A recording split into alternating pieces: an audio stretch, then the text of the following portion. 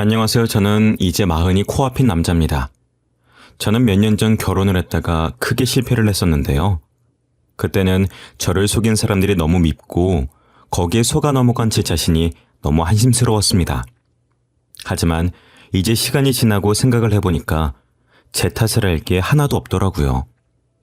괜히 그런 사람들 때문에 한동안 사람들도 못 믿고 혼자 자책을 하고 있던 그 시간들이 너무 아깝다는 생각에 여러분들은 저처럼 자책하느라 그동안의 시간을 헛되이 보내지 마시라고 사연을 써봅니다. 저는 5년 전 노총각이라는 타이틀을 달고서 여기저기 맞선을 보러 다녔어요. 다행히 돈을 꽤나 잘 버는 편이라 결혼업체에 가면 높은 등급을 받을 수가 있었습니다. 하지만 아무리 돈이 많다고 해도 마흔이 가까워질수록 좋은 인연을 찾기란 하늘의 별 따기였어요. 그렇게 맞선만 보기를 수십 차례였습니다. 처음 아내를 만난 것도 맞선 장소였어요. 하지만 특이한 점은 아내가 맞선 상대는 아니었다는 거였죠. 이상하게 저와 매칭되시는 분들은 저와 취미가 맞지 않거나 외모가 제 스타일이 아니었어요. 외모가 제 스타일이셔서 이야기를 하다 보면 서로 관심사가 공통된 부분이 없으니 대화가 몇 번 이어지지도 않았고, 외모가 제 스타일이 아니면 저도 딱히 잘해보고 싶다는 생각이 안 들더라고요. 그런데 그날은 유독 그분이랑 대화 코드도 안 맞고 모든 게 마음에 들지 않았었습니다. 이야기를 하는데 자기가 관심 없는 이야기라며 제 말을 툭툭 끊어버리고, 심지어 대놓고 얼마나 버시냐면서 물어보셨었죠. 그분도 나름 전문직이셔서 자기만의 프라이드가 상당히 강하시더라고요. 그러다 보니 어떻게든 손해보는 장사를 하지 않으려고 하셨습니다.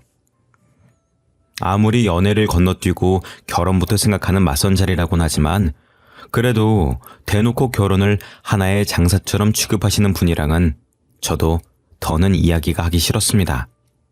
그래서 저도 모르게 할 말이 없어서 말도 제대로 안 하니까 그 여자분도 자존심이 상했었는지 더는 할 이야기가 없을 것 같다면서 자리에 앉은 지 30분도 채 지나지 않아서 일어나시더라고요.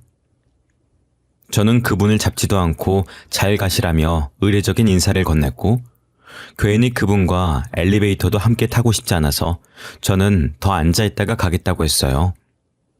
먼저 그 여자를 보내고 혼자 그 넓은 테이블에 앉아있는데 매니저가 저에게로 오더라고요. 그러고서는 서비스라면서 작은 디저트를 내놓았습니다. 여기 서비스예요. 편하게 이용하시고 다음에도 또 저희 매장 이용해주세요. 아니, 커피 2잔 시켰는데 무슨 서비스예요? 아, 새로운 디저트라서요. 랜덤으로 각 테이블에 신메뉴 서비스 드리고 있어요. 그리고 주위 테이블을 둘러보니 그 말은 진짜인지 각 테이블에 조그만 디저트가 하나씩 있더라고요. 괜히 머쓱해져서 감사하다는 말을 하고 혼자 디저트를 뒤적거리다가 결국에는 안 먹고 나왔습니다. 계산을 하려는데 디저트를 건넨 매니저가 먼저 말을 걸더라고요. 손님, 저희 매장 자주 이용하시죠? 그런데 그동안 쿠폰을 안 찍으셨더라고요. 이러면 안 되긴 하는데 여기 제가 기억나는 횟수만 일단 도장 찍어놨어요. 그러면서 저에게 도장이 가득 채워진 쿠폰을 여러 개를 내미는 겁니다. 저는 당황스러워서 필요 없다고 거절하려는데 막무가내로 그걸 카드와 같이 제 손에 쥐어주더라고요. 얼떨결에 쿠폰을 받아서 다시 돌려주기도 못해서 그냥 감사하다고 하고 가게를 나왔습니다. 그리고 밖에 나와서 그냥 쿠폰을 버리려고 보는데 쿠폰의 앞면에 메시지와 번호가 적혀 있더라고요. 그 매니저는 자기 번호를 써놓고 연락달라는 문구를 적어놓고 저에게 그 쿠폰을 준 거였습니다.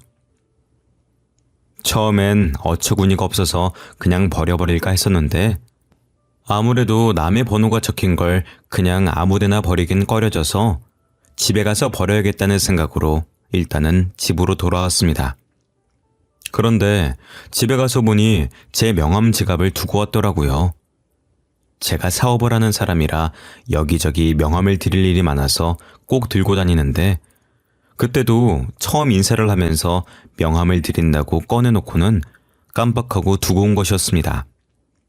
제 명함이야 다시 파면 되지만 몇몇 거래를 안 한 거래처 명함들도 있어서 꼭 찾아야 했습니다. 그래서 급하게 가게로 전화를 걸어보니 바쁜지 몇 번을 걸어도 전화를 안 받더라고요. 그래서 다급한 마음에 저에게 번호를 준 직원에게 전화를 걸었고 그 매니저는 그 사이에 퇴근이라도 했는지 제 전화를 금방 받았습니다. 여보세요? 아까 가게 직원분 맞으시죠? 안녕하세요. 이렇게 빨리 전화 주실 줄은 몰랐는데. 다른 게 아니라요. 혹시 가게에 명함 지갑 분실물 없었나요? 그게 저한테 중요한 거라 꼭 찾아야 되거든요. 글쎄요. 저도 손님 나가시고 바로 퇴근해버려서요. 가게는 전화 안 받던가요? 네, 바쁜지 몇 번을 걸어도 안 받더라고요. 어차피 저 아직 그 근처니까 제가 가서 확인해 드릴게요.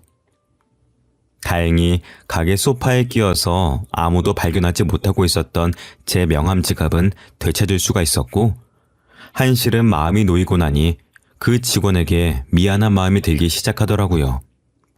이미 퇴근까지 한 사람을 다시 출근하게 한 거나 마찬가지였으니까요. 미안한 마음에 사례라도 하겠다고 하니까 냉큼 밥을 사달라고 하시더라고요.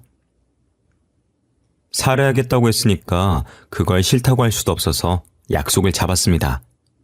그런데 매번 가게에서만 마주치다가 밖에서 작정하고 꾸민 모습을 보니 너무 예쁘더라고요. 왜 그동안 그렇게 예쁜 모습을 못 알아봤나 싶을 정도였습니다. 그날 대화를 하는데 정말 오랜만에 여자랑 웃으면서 이야기를 했어요. 저랑 관심사며 취미며 비슷하더라고요. 저는 활발하게 움직이는 걸 좋아하는 편이라 가지고 혼자 뭔가를 계속하는데 목공예도 배우고 직접 의자나 테이블 같은 걸 만드는 걸 참 좋아라 했습니다. 그런데 그분은 집 인테리어에 관심이 있어서 간단하게 붙이는 벽지도 직접 붙이고 조명이나 예쁜 소품들로 집을 꾸미시는 걸 좋아한다고 하시더라고요. 매번 업체에서 등급을 매겨 저랑 비슷한 수준의 여자를 소개해 주니까 늘 자기적인 만남에 저도 모르게 이것저것 재곤했었는데 그런 것 없이 만나서 이야기를 하니까 저도 편하게 시간을 보낼 수가 있었습니다. 그 후로 그분은 종종 연락이 왔고 결국엔 연인 사이로 발전했고 결혼까지 골인했습니다. 결혼 후 아내의 카페도 차려주고 처가댁도 이사를 시켜드렸습니다. 장모님이 혼자서 두 자매를 키우셨는데 작은 투룸 월세에서 살고 계시더라고요. 마침 제가 가진 아파트에 세입자들이 나간다고 하길래 장모님께 공짜로 살게 해드렸습니다. 제가 결혼을 하고 1년도 지나지 않아서 처제도 결혼을 했고 혼자 계신 장모님이 걱정이 돼서 명절이 아니어도 처가 식구들끼리 만나서 자주 시간을 보냈습니다. 그렇게 결혼을 하고 반년 동안은 정말 아무런 걱정도 갈등도 없이 행복한 나날이 이어졌죠.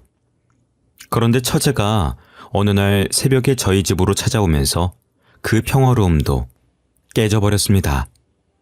언니, 그 사람이 도박에 빠져서 집도 경매로 넘어가게 생겼어. 그게 무슨 말이야? 도박이라니. 언제부터? 번듯해 보이던 동서는 언제부터 도박에 빠졌는지 어느 순간부터 집에도 잘 안 들어오고 주말이면 친구들과 골프를 치러 가겠다고 나가놓고 담배와 술 냄새를 풀풀 풍기면서 들어왔대요.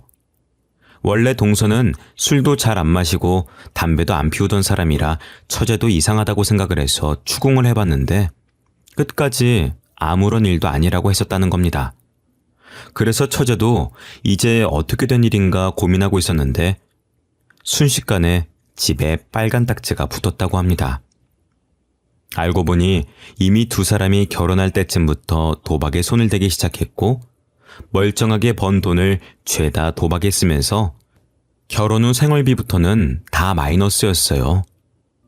처제는 아무것도 모르다가 가압류까지 당하고 나서야 사실을 알게 된 거였고요. 그때가 결혼한 지 1년도 지나지 않았을 때였습니다. 처제는 백방으로 돈을 찾아다니기 위해서 돈도 벌고 여기저기 돈을 빌려댔지만 그걸로는 턱도 없었습니다. 그나마 돈이 있던 저는 갚아주면 또 똑같은 일이 반복될 거라며 처제가 다른 사람에게 돈을 빌리는 것까지 막아섰으니 저에겐 빌려달라고는 안 하더라고요. 저는 괜히 집에 가면 마음만 안 좋을 것 같아서 처제더러 저희 집에서 잠시 같이 지내자고 했습니다. 처음엔 민폐를 부린다며 거절을 했었지만 하루는 집에 다녀오더니 이혼하겠다고 선언하더라고요. 나 이혼할 거야. 이미 같이 살고 있지도 않지만 같이 사는 건 더 못하겠어. 무슨 일인데 이제 도박은 안 하는 거 아니야? 너한테 그렇게 심하게 걸려놓고 이서방은 아직도 정신을 못 차렸대? 이제는 아예 집에서 도박판을 벌리고 있더라고. 빨간 닥지 정도면 다행이지. 아예 집이고 뭐고 싹 다 날아가게 생겼어. 집에서까지 도박을 한다고?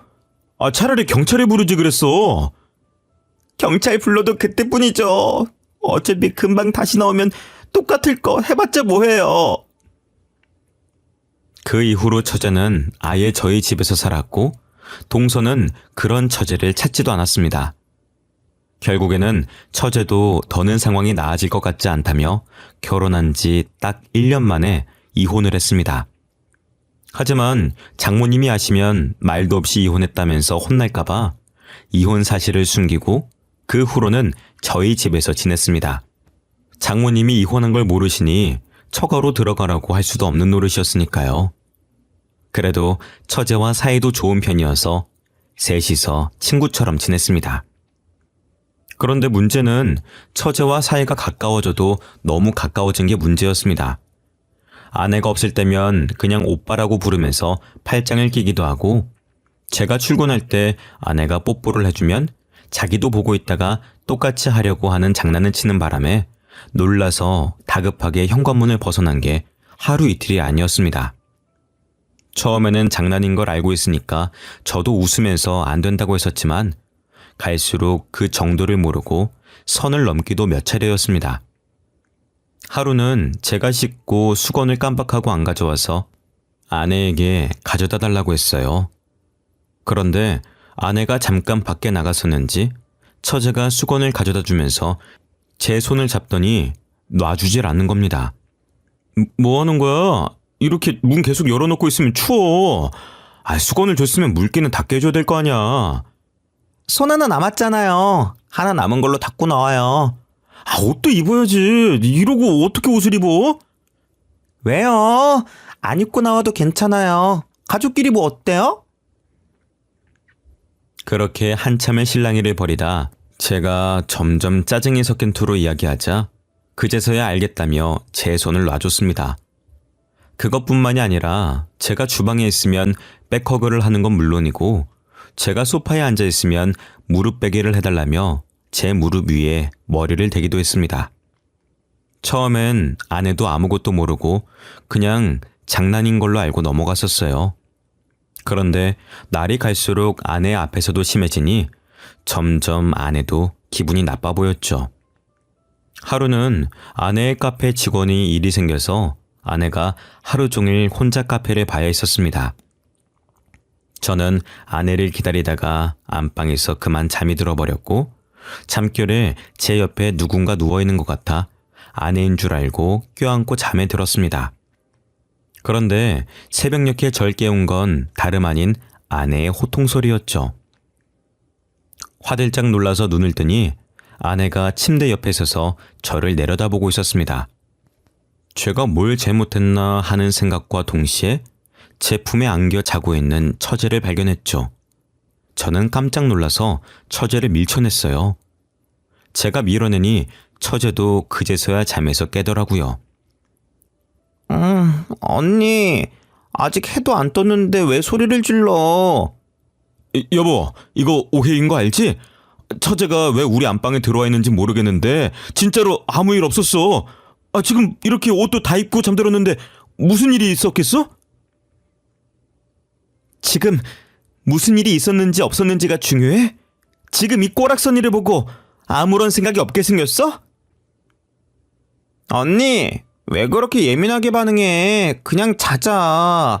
이러는 거 보기 싫었으면 일찍 들어오던가. 처제는 당황스럽지도 않은지 뻔뻔하게 아내의 신경을 긁어댔습니다. 뭐 별일도 아닌 걸로 화를 내내는 듯 이야기를 하더라고요. 뭐가 별일이 아니야? 엄연히 너희 형부야. 너 이런 식으로 할 거면 그냥 집으로 가. 내가 엄마한테 다 말할 거야. 고생하다 겨우 집에 왔는데 꼴이 이게 뭐야? 아내는 카페 마감할 때쯤 술에 취한 진상 손님들이 카페에서 시비가 붙는 바람에 결국엔 경찰까지 부르고 가게 정리까지 하고 오느라 늦은 거였는데, 그렇게 고생을 하고 왔더니 저와 처제가 나란히 안방 침대에 누워서 자고 있었으니 당연히 화가 날 만했습니다. 아무리 가족이어도 지켜야 할 선은 있으니까요. 처제는 처제방 따로 줬잖아. 그런데 왜 여기까지 와서 잔 거야? 내 방 매트리스는 싸구려란 말이야. 여기 침대가 훨씬 푹신하고 넓잖아. 언니도 없는데 내가 누워있을 수도 있지. 내가 객식구라고 차별하는 거야? 이건 차별하고 말고의 문제가 아니잖아. 애초에 내가 누워서 자고 있는데 처제가 왜 여기로 올라와서 자? 아무리 가족 같은 사이여도 그러는 건 아니지. 됐어. 당신은 상종도 하지 마. 너 그냥 나가. 이제 더는 못 봐주겠다. 그동안 선 넘는 거 참아줬더니 어디까지 기어올라? 넌 언니가 우습니? 만만해? 아내는 그동안 화가 많이 쌓였는지 엄청 화를 냈습니다.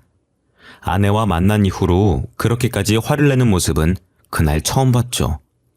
그런데 그것도 잠시, 처제의 폭탄 발언에 순식간에 방은 싸늘해졌습니다.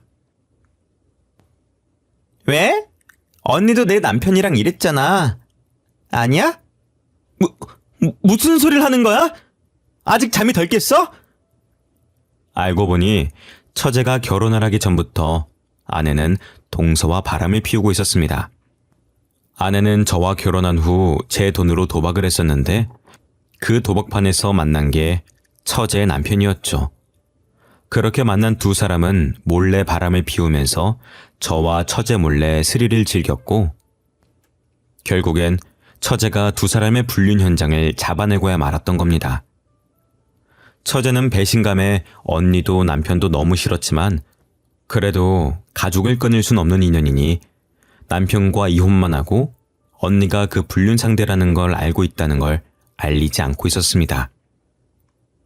괜히 가족과 사이가 멀어질까봐 배려한 거였는데, 자기는 아예 바람을 피웠으면서 자기가 당하니 기분 나빠하는 꼬락서니가 처제는 어이가 없었던 거였죠.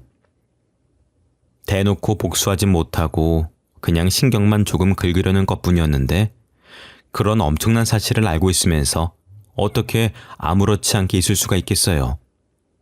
결국엔 처제도 얼마 참지 못하고 알고 있던 사실들을 내뱉어버린 거였습니다. 그동안 내 전남편 만나고 다녔던 거 다 알아. 그 사람 입으로 직접 들었으니까.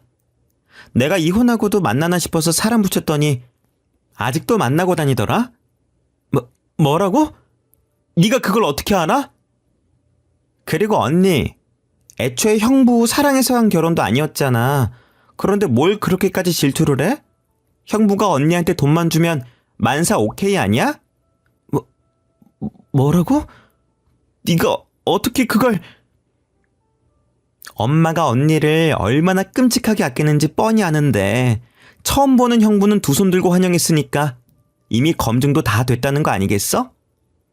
엄마가 언제 그렇게 네 형부를 두 손 들고 환영했다고 그래? 두 사람 이야기하는 거 다 들었어. 엄마 회사에서 형부 정보 빼돌려서 언니한테 준 거잖아. 내가 아무것도 모를 줄 알았어? 둘 다 제정신 아니야. 형부 가지고 논 거잖아.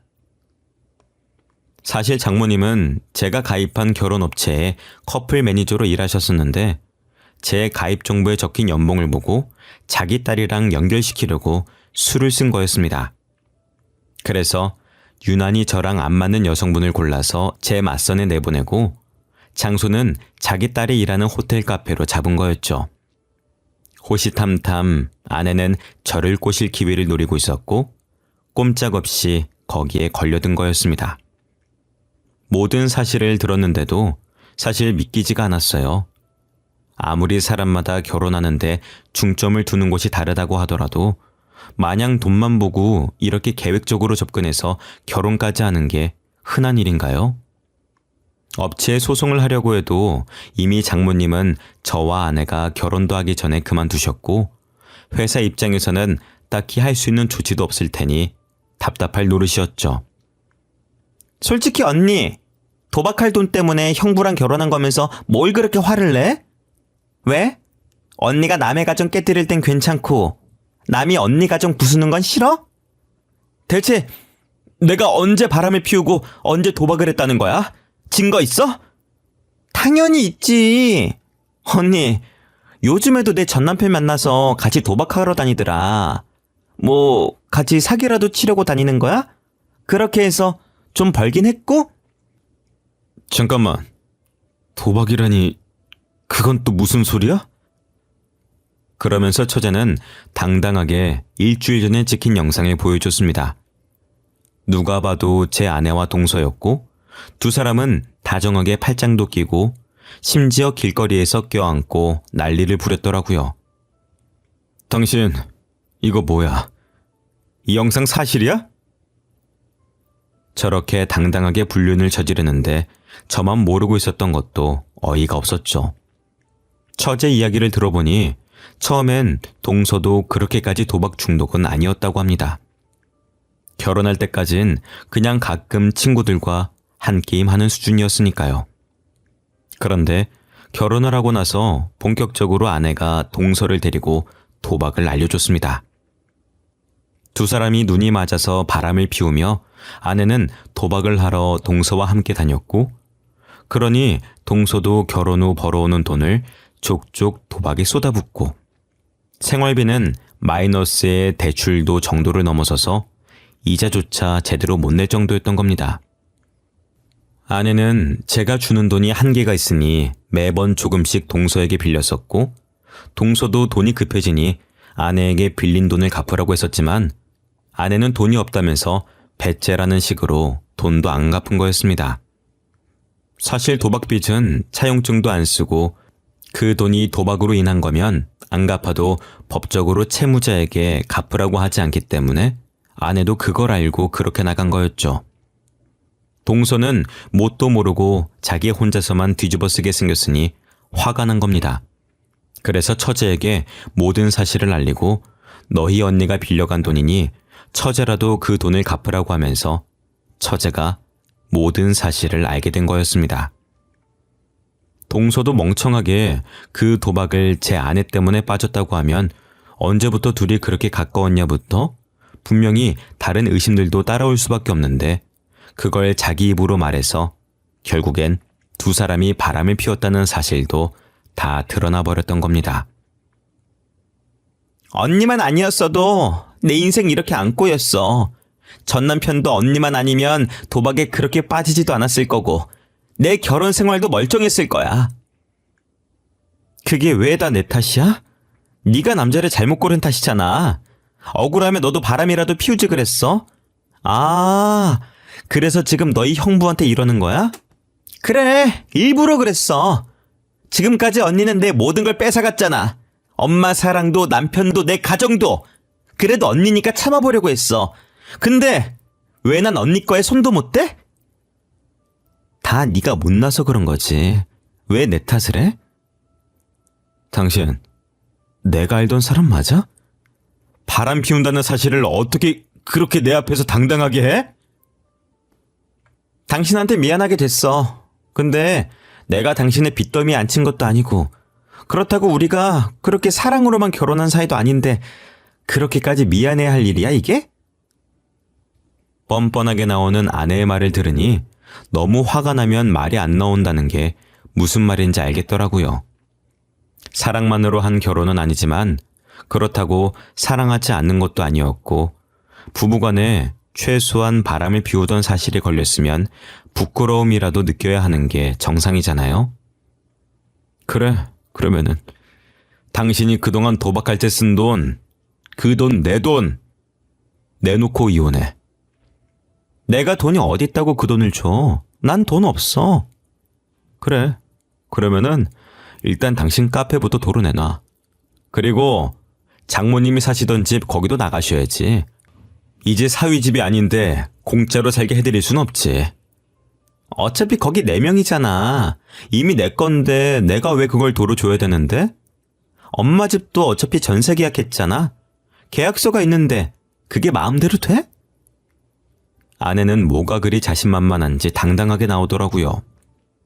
장모님이 저희 집에 들어오시면서 원래 가지고 계시던 전세금을 빼서 계약금으로 거셨었거든요.